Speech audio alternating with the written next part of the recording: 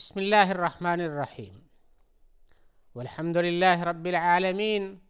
والصلاة والسلام علی سید المرسلین وعلی آلہ وصحبہ اجمعین، اما بعد۔ محترم ناظرین کرام، احکام دین کا پروگرام لے کر حاضر ہوں، اسے پیش کر رہا ہوں اور آپ کے سوالوں کے جواب کتاب و سنت کی روشنی میں دینا چاہتا ہوں۔ تو آئیے آج کا پہلا سوال جو ہم پیش کرنا چاہتے ہیں، ہمارے بھائی نے پوچھا ہے کہ قرآن مجید میں ایک سورت کا نام سورت توبہ ہے، اور جیسے اور صورتوں کی طرح سے یہ بھی ایک سورت ہے، لیکن اور صورتوں کے شروع میں ہم بسم اللہ پڑھتے ہیں، جیسا کہ یہ بسم اللہ الرحمن الرحیم لکھا رہتا ہے، اور لیکن اس سورت میں بسم اللہ الرحمن الرحیم نہیں لکھا ہوا ہے۔ تو وہاں پر ایک دعا لکھی رہتی ہے بغل میں، اعوذ باللہ من النار ومن شر الکفار ومن غضب الجبار والعزت للہ ولرسولہ۔ تو یہ دعا ہم پہلے پڑھ لیتے ہیں، بجائے بسم اللہ پڑھنے کے یہ دعا پڑھتے ہیں اور اس کے بعد پھر سورت کو پڑھنا شروع کرتے ہیں۔ ان کا سوال ہے کہ کیا یہ دعا پڑھنا مشروع ہے یا شریعت کے خلاف ہے؟ آپ کا یہ سوال صحیح ہے، اور حقیقت یہ ہے کہ ہم نے بھی اپنے ملک ہند و پاک میں اس طرح سے قرآن مجید کے نسخے دیکھیں جن کے بغل میں جہاں سورت توبہ شروع ہوتی ہے سائیڈ میں یہ دعا لکھی رہتی ہے، تو پڑھنے والا وہاں پہنچتا ہے تو بسم اللہ نہیں پاتا ہے تو یہ دعا پڑھ کر کے شروع کرتا ہے۔ قرآن مجید پڑھنے کے بعد آپ دعا کریں وہ صحیح ہے، کوئی بھی دعا کر سکتے ہیں، لیکن جہاں پر بسم اللہ نہیں ہے آپ بسم اللہ کی جگہ پر ایک دعا بنا لیں کہ بسم اللہ نہیں ہے نہیں، لیکن ہم یہ دعا پڑھنے کے بعد پھر شروع کریں گے، تو یہ عمل اگر ایسا ہوتا تو یہ صحابہ کرام سے نقل کیا جاتا کہ یہاں بسم اللہ نہیں ہے، یہاں پر یہ دعا پڑھو تب پھر اس سورت کی تلاوت شروع کرو۔ ایک بات ہوئی۔ دوسری بات یہ ہے کہ اگر بسم اللہ یہاں نازل ہوا ہوتا کہ بسم اللہ یہاں لکھا جائے تو بلا شبہ لکھا جاتا، اس لیے کہ اللہ تعالیٰ نے فرمایا اِنَّا نَحْنُ نَزَّلْنَا الذِّكْرَ وَإِنَّهُ لَهُ لَحَافِظُونَ، ہم نے قرآن مجید کو اتارا ہے اور ہم ہی اس کی حفاظت کرنے والے ہیں، تو ایک آیت غائب کیسے ہوتی؟ غائب نہیں ہوتی بلا شبہ۔ تو جو لوگ یہ تصور کرتے ہیں کہ ایک آیت یہاں نہیں اس کی جگہ پہ دعا پڑھنا چاہیے، دعا اپنی طرف سے بنا لیا ہے کسی نے، یا بنایا ہے اور اس کو رائج کر دیا ہے اور لوگ اس کی جگہ پر یہ پڑھتے ہیں۔ شاید آپ کی نظر سے ایسے قرآن گزرے ہوں جن میں یہ دعا لکھی رہتی ہو، لیکن بہت سے قرآن جو چھپتے ہیں اس میں یہ دعا نہیں بھی ہوتی ہے۔ تو ایسی صورت میں اس دعا کے پڑھنے کے بارے میں کہتا ہوں کہ یہ مشروع نہیں ہے، یہ مشروع نہیں ہے، یہ نہیں پڑھنا چاہیے۔ اگر یہ آپ پائیں قرآن مجید کے کسی نسخے میں تو وہاں پر قلم پھیر دیں تاکہ لوگ اور مزید اس میں نہ پڑھیں، یا لوگوں کو پڑھیں کہ نہیں یہ دعا نہیں وارد ہے حدیثوں میں کہ اس طرح سے دعا پڑھو پھر قرآن میں سورہ برات کی تلاوت کرو یا سورہ توبہ کی تلاوت کرو، تو آپ کو اس سے بچنا چاہیے۔ اب اس کی وجہ کیا ہے کہ بسم اللہ اس میں نہیں ہے؟ اس کی وجہ یہ ہے کہ صحابہ کرام قرآن مجید جب وہ حضرت ابوبکر کے زمانے میں اکٹھا کر کے لکھا گیا، پھر حضرت عمر کے زمانے میں وہی قرآن جو حضرت ابوبکر کے زمانے میں حضرت زید بن ثابت نے لکھا تھا وہ قرآن وہی لوگ پڑھتے تھے، اور اس کے بعد پھر حضرت عثمان نے اپنے زمانے میں جب اسلامی مملکت کی وسعت ہو گئی تو اس کے نسخے لکھوائے، اور اس میں سے مصحف امام جو تھا، جو بڑا مصحف جس سے نقل کیا گیا تھا، اس کو مدینے میں رکھا۔ تو حضرت عثمان نے وہی کیا جو حضرت ابوبکر کے زمانے میں جیسے لکھا گیا تھا، اور حضرت ابوبکر کے زمانے میں صحابہ کرام کی بہت بڑی ساری تعداد موجود تھی۔ ابھی تو کتنا دینی 2.5 سال کی حکومت کے اندر بھی صحابہ کرام کتنے فوت ہو گئے تھے، بڑے بڑے، اس میں سے قاری، حافظ، اور زید بن ثابت جو ایک اچھے خاصے تحریر لکھنے پڑھنے والے تھے اور جوان بھی تھے، ان کو یہ حکم دیا گیا تو بہت پش و پیش میں رہے۔ اب یہ قصہ طویل پش و پیش میں رہے، کہا کہ مجھ کو اگر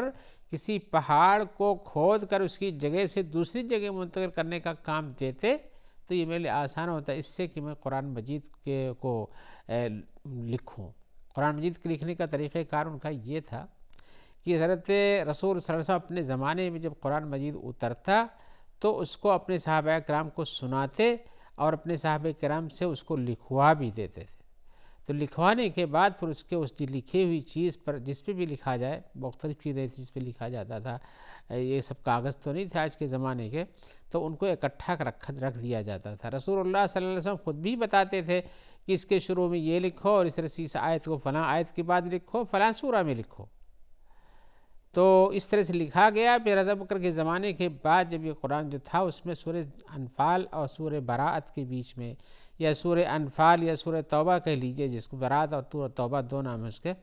تو اس کے بیچ میں بسم اللہ نہیں لکھا گیا، اس لیے کہ ان کو وہ نسخہ جو رسول اللہ صلی اللہ علیہ وسلم لکھواتے تھے اس میں بسم اللہ نہیں تھا، اور صحابہ کرام بھی نہیں جانتے تھے کہ اس میں آپ نے بسم اللہ پڑھایا ہے، لکھوایا ہے۔ تو جس طرح سے تھا اسی طرح سے نقل کیا گیا ہے۔ اب چونکہ سورہ انفال اور سورہ توبہ کا مضمون دونوں کا ملتا جلتا ہے، مضمون دونوں کا ملتا جلتا ہے، تو اس میں بسم اللہ نہیں تھا، تو ان لوگوں نے اجتہاد کر کے اس میں بسم اللہ تو اپنی طرف سے نہیں بڑھایا، اس لیے کہ اس میں اس نسخے میں جس سے نقل کیا گیا تھا، جو رسول کے زمانے میں لکھا گیا تھا، حضرت ابوبکر نے اس سے لکھوایا تھا اکٹھا کر کے، اس میں نہیں تھا، تو ان لوگوں نے بھی نہیں لکھا، بلکہ یہ سوال حضرت عثمان سے پوچھا گیا تو کہا کہ ہم نے اس کو نہیں پایا ہے۔ تو جب ہم نے نہیں پایا وہاں پر تو نہیں لکھا۔ حضرت زید بن ثابت پوری تحقیق و تاکید کرتے، ایسے نہیں لکھتے تھے۔ قرآن مجید کا نسخہ ہوتا تھا، صحابہ کرام میں سے بہتوں کو یاد تھا، جب دو آدمی اس پر گواہی دیتے کہ ہاں یہ سورہ ایسے ہے، یہ آیت ایسے ہے، اور یہ جیسے آپ لکھتے ہو ایسے ہی ہم کو اللہ کے رسول نے یاد کرایا ہے، تو اس طرح سے اس کو لکھتے تھے۔ سورہ انفال کے شروع میں بسم اللہ کا تذکرہ نہیں کیا گیا، اس لیے کہ اس میں بھی نہیں تھا، لوگوں نے بتایا بھی نہیں۔ اور جب یہ قرآن مجید میں ہے اِنَّا نَحْنُ نَزَّلْنَا الذِّكْرَ وَإِنَّا لَهُ لَحَافِظُونَ، کہ قرآن مجید کو ہم نے اتارا اور ہم ہی اس کی حفاظت کرنے والے ہیں، تو بسم اللہ اگر وہاں جیسے ساری صورتوں میں 113 صورتوں میں ہے تو 114ویں صورت میں بھی ہوتا، لیکن وہاں نہیں تھا، اس لیے نہیں لکھا گیا۔ لیکن اب سوال جو آپ نے پوچھا کہ کیا یہ لکھی ہوئی دعا ہم پڑھیں، تو کہتے ہیں نہیں، آپ جیسے قرآن مجید پڑھنے کے پہلے آپ اعوذ باللہ من الشیطان الرجیم پڑھنے کا حکم ہے، آپ اعوذ باللہ من الشیطان الرجیم پڑھیے، اس کے بعد یہاں اس کو براءت من اللہ سے شروع کیجیے، یعنی سورہ توبہ کی شروعات اعوذ باللہ من الشیطان الرجیم کی بات سے کیجیے، اور بسم اللہ وہاں پڑھنے کی ضرورت نہیں ہے، اس لیے کہ قرآن مجید کے نسخوں میں ثابت نہیں ہے۔ تو ہم جب اس چیز کا یقین رکھتے ہیں کہ اگر وہاں بسم اللہ ہوتا تو اللہ تعالیٰ اپنے قرآن مجید کی حفاظت کرنے والے ہیں، وہ چیز باقی رہتی، اور نہیں ہے تو گویا کہ وہاں نہیں لکھی گئی اور نہیں حکم یہ نازل ہوا۔ لیکن دونوں صورتوں کا مضمون ایک جیسا ہے، اس لیے دونوں صورتیں آگے پیچھے پائی جاتی ہیں، سورہ انفال اور سورہ توبہ۔ لیکن یہ دعا کس نے بڑھایا؟ ایسا صحابہ کرام سے وارد نہیں کہ اللہ کے رسول نے یہ دعا سکھائی، یا صحابہ کرام نے نہیں کہا کہ اس طرح سے یہ دعا پڑھ کے شروع کرو، تو پھر آپ کو کرنے کی ضرورت نہیں ہے۔ لہذا آپ کو اعوذ باللہ من الشیطان الرجیم پڑھیے، اور اس کے بعد سورہ براءت شروع کر دیجئے۔ بسم اللہ وہاں نہ پڑھیے، بسم اللہ جہاں لکھا وہیں پڑھیے، اور دوسری جگہوں پہ پڑھنے کی ضرورت نہیں۔ آئیے ایک اور سوال کی طرف چلتے ہیں۔ سوال میں یہ ہے،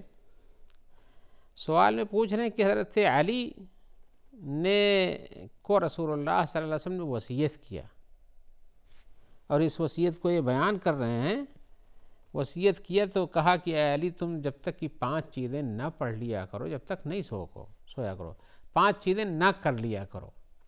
تو پھر بتایا کہ 5 چیزیں کیا ہیں؟ قرآن پورا پڑھو، 4000 درہم کا صدقہ کرو، اور کعبہ کی زیارت کرو، اور اپنی جگہ جنت میں محفوظ کر لو، اور دشمنوں کو آپ سے جن کے جھگڑے ہیں اس کو خوش کر لو۔ یہ 5 کام کر لو، اس کے بعد پھر 5 کامیں کر لو، پھر اس کے بعد سو۔ تو حضرت علی نے کہا کہ ہم یہ اللہ کے یہ کام کیسے ہو سکتا ہے؟ پورا قرآن پڑھنا، 4000 درہم دینا صدقے میں، کعبہ کی زیارت کرنا، طواف کرنا، اور اسی طرح سے جنت میں جگہ بنا لینے کے یقین کر لینا، اور مقابل کو یا جھگڑے جس سے ہوئے ہیں، جس سے ناراضگی، اس کو خوش کر لینا، یہ کیسے ہو پائے گا؟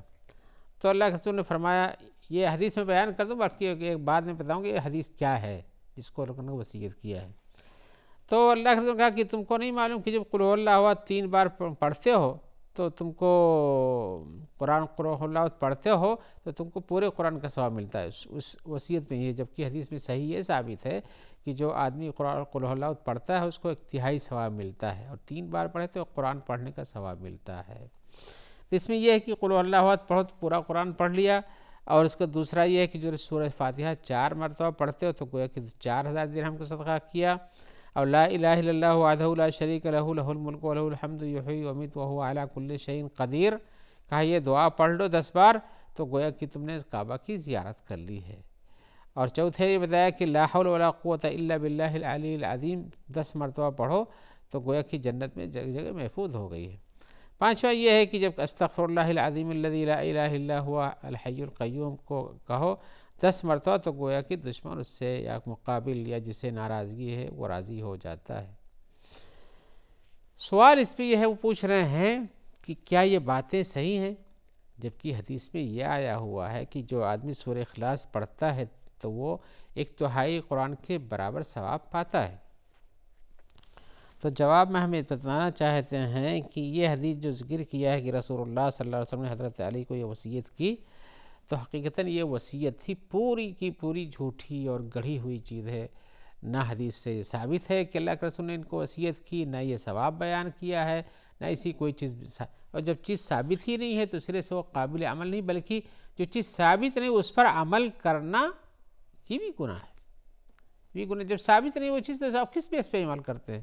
ایسے کسی کہنے پر آپ عمل کرنے لگے ہیں، جب کوئی جھوٹا ہو سکتا ہے، اس نے گڑھ کے بتایا ہو، آپ کو گمراہ کرنا چاہتا ہو، آپ کو مشغول رکھنا چاہتا ہو، آپ کی مشکلات بڑھانا چاہتا ہو، یہ ثوابوں کی امید میں، تو پہلے حدیث کو ثابت ہونا چاہیے۔ اور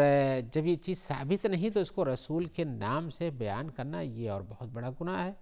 یہ اور گناہ ہو جاتا ہے، اس لیے کہ حدیث شریف میں آیا ہوا ہے کہ جو آدمی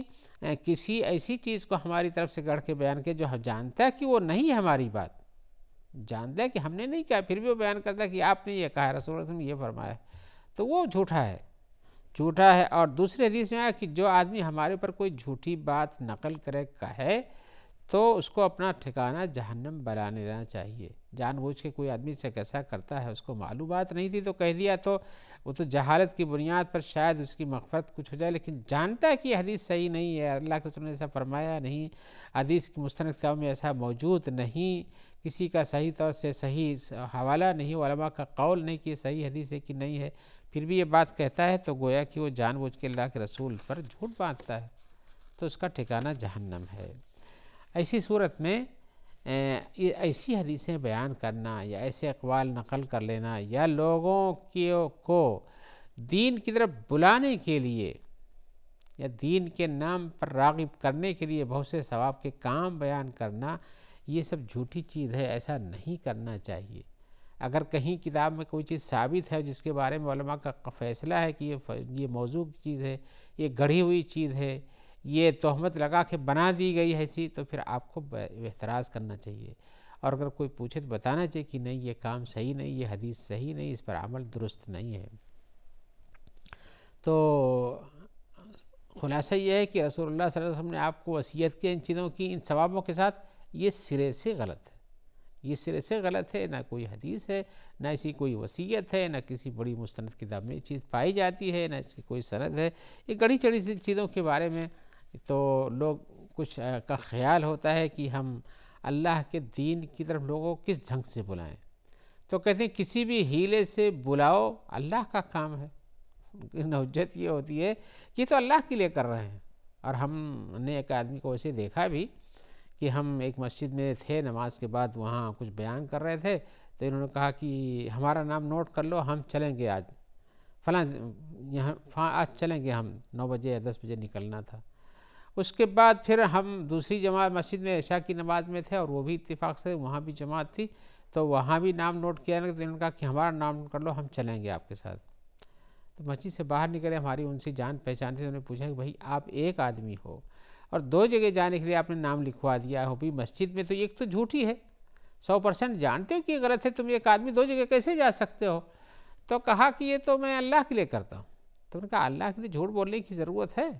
کہاں اللہ کے دین کی خدمت کے لیے ایسا کرنے میں گنجائش ہے؟ تو انہوں نے کہا اللہ کو ایسے جھوٹوں کی ضرورت نہیں ہے جو مسجد میں رہتے ہوئے اللہ کے نام پر اللہ کے کام کے لیے جھوٹ بولتے ہوں تو حقیقتاً دین کی طرف لانے کے لیے اس قسم کی باتیں گڑھنا یا اسے جھوٹ بنانا، لوگ سامنے جھوٹ ظاہر کرنا، یہ سب غلط ہے، سب گناہ ہے۔ یہ نہیں جانتے کہ اللہ تعالیٰ کو آپ کے اس طرح کے جھوٹ بول کر دین پھیلانے کی ضرورت نہیں ہے۔ اللہ تعالیٰ اپنے دین کو جیسا چاہیں گے پھیلائیں گے، آپ اس میں جھوٹ طریقہ کیوں اختیار کرتے ہیں؟ صحیح طریقے سے دین پھیلائیے جو پھیلانا ہو۔ تو حقیقتاً اس قسم کی حدیثوں پر، اس قسم کے بیانات پر لوگوں کے اس طرح سے چلنے کا کام یہ درست نہیں ہے۔ صحیح یہ ہے کہ آپ حق پر قائم رہیے، صحیح حدیثوں کو پرکھ کر کے اس پر عمل کیجیے، اس کے مطابق دیکھیے اور سنیے۔ آئیے ہم ایک اور سوال کی طرف آتے ہیں۔ یہ سوال ہماری کسی خاتون بہن کی طرف سے ہے۔ وہ کہتی ہیں کہ ہم جس علاقے میں رہتے ہیں وہاں پر کئی اذانیں ہم کو سنائی دیتی ہیں۔ یہ ایسی جگہ پہ جہاں جیسے کچھ جگہوں پہ بھی تو اذان اکٹھا ہوتی ہے، لیکن جہاں پر کئی مسجدوں سے کئی اذانیں آتی ہیں ان کے بات کر رہی ہوں۔ تو وہ کہہ رہے ہیں کہ میں کئی اذان سنتی ہوں، اس کے بعد جب وہ ایک کسی امام کو کسی مسجد سے سنتی ہوں کہ اقامت بھی ہو رہی تو نماز میں بھی پڑھ لیتے، بلکہ کبھی اذان کے بعد ہی شروع کر دیتی ہوں۔ لیکن مشکل یہ پیش آتی ہے کہ ہماری نماز کے وقت پھر اذان ہونے لگتی ہے اور اس طرح سے گویا دوسری اذان ہوتی ہے۔ مشکل ہماری یہ ہے کہ ہم نے یہ سنا ہے کہ عورتوں کو مردوں کی نماز سے پہلے نماز نہیں پڑھنی چاہیے۔ تو کہہ رہے ہیں یہ مشکل ہے کہ جب یہ بات نہیں ہماری نماز صحیح نہیں ہوتی ہے تو ہم کیسے نماز پڑھیں، کیا کریں؟ تو ہم یہ بتانے سے بھئی یہ آپ نے جس نے آپ کو بتایا کہ عورتوں کی نماز اذان کے بعد مردوں کی جماعت سے پہلے صحیح نہیں ہوتی ہے، یہ بات غلط ہے۔ اذان کا معنی ہے وقت شروع ہو چکا ہے، اب اس میں کوئی بھی نماز پڑھ سکتا ہے۔ جماعت کا جو انتظار کرتا ہے جماعت کا کرتا ہے، لیکن کسی کو پڑھ کے جانا ہے یا عورت کو گھر میں پڑھنا، اس کا وقت ہو چکا ہے۔ آپ کی نماز کا تعلق جماعت سے جڑا ہوا نہیں، اس لیے کہ آپ کا حکم جماعت کے ساتھ نہیں جڑا ہوا ہے۔ تو یہ بات یاد رکھیں۔ دوسرے یہ بات نصیحتاً کہی جا سکتی، تھوڑا سا تاخیر کر لیں تاکہ کچھ جگہوں پر جہاں ایسی یہاں اذان ہوتی وہاں اذان ہوتی وہاں اذان ہوتی ہے، کچھ مؤذن کچھ جلدی کر جاتے ہیں یا کچھ کی گھڑیاں کچھ آگے ہی رہتی ہیں وقت سے پہلے، تو احتیاطاً تھوڑا انتظار کر لیں بہتر ہے۔ دوسرے یہ ہے کہ یہ بھی کہنا چاہوں گا کہ مؤذنوں کو بھی نماز کے وقتوں کا انتظار کرنا چاہیے اور اس میں جلد بازی نہیں کرنا چاہیے کہ کوئی بھی اذان وقت سے پہلے درست نہیں اور نہ کوئی نماز اپنے وقت سے پہلے درست ہے۔ آئیے ہم اسی جواب کے ساتھ ہے امید رکھتے ہیں کہ اللہ تعالیٰ آپ کو خیر سے رکھے گا اور ہمارے اس پروگرام کو جو لوگ آپ تک پہنچانے میں مددگار ہیں، اللہ تعالیٰ ان سب کے جذبے تعاون کے اور ان کی قدر فرمائے اور اسی طرح سے ان کو اچھا ثواب عطا فرمائے۔ والسلام علیکم ورحمۃ اللہ وبرکاتہ۔